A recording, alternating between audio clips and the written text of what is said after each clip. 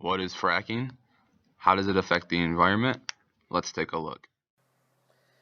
This is a sketch of what goes on in fracking to try to get gas and sometimes oil out of shales way down below. So the surface of the Earth, the air is up here, and down here, labeled Marcellus Shale, is one of the layers that has lots of organic stuff trapped in it. And they have learned to drill wells that don't just go down, they can actually turn and drill huge distances horizontally. And then at some point what they'll do is they'll start pumping fluid into this at really high pressure. And as the pressure goes up and up and up and this tries to expand, eventually it breaks. And when it breaks, they squirt stuff into the cracks. There's a little close-up of this area shown up here. They'll squirt sand in so that the crack won't close. And then gas can sneak out between the sand grains, and they can pump it out of this thing and put it in a pipeline or something else, and we can burn it and use it in various ways. According to BBC, a news broadcast team in the UK, they mentioned multiple negatives with the practice of fracking. The first is the use of large amounts of water, which is a very costly procedure on the environment. The second is the use of carcinogenic chemicals that can escape and pollute groundwater around the fracking site. This practice is usually caused by the poor workers.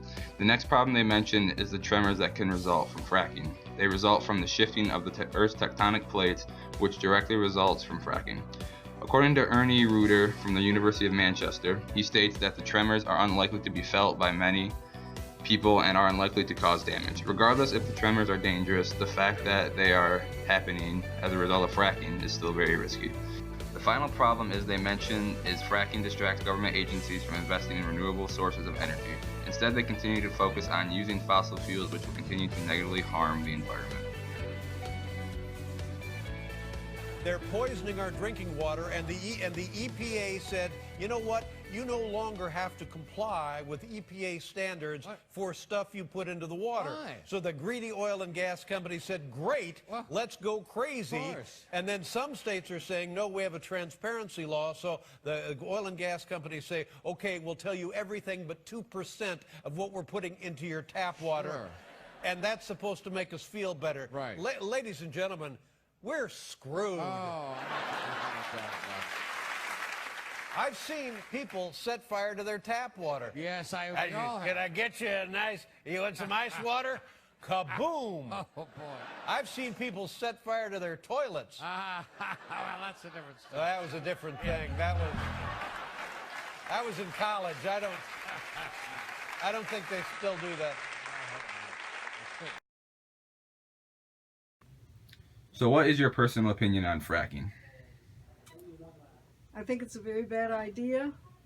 I don't think we know what we're doing. It's using up water that may be permanently, or as far as we're concerned, permanently made unusable by people, and it's causing earthquakes.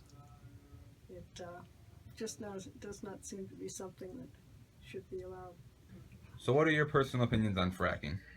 Well, I think that fracking is certainly an interesting way to get energy out of the ground, but it may be more expensive to the environment than the value of the oil.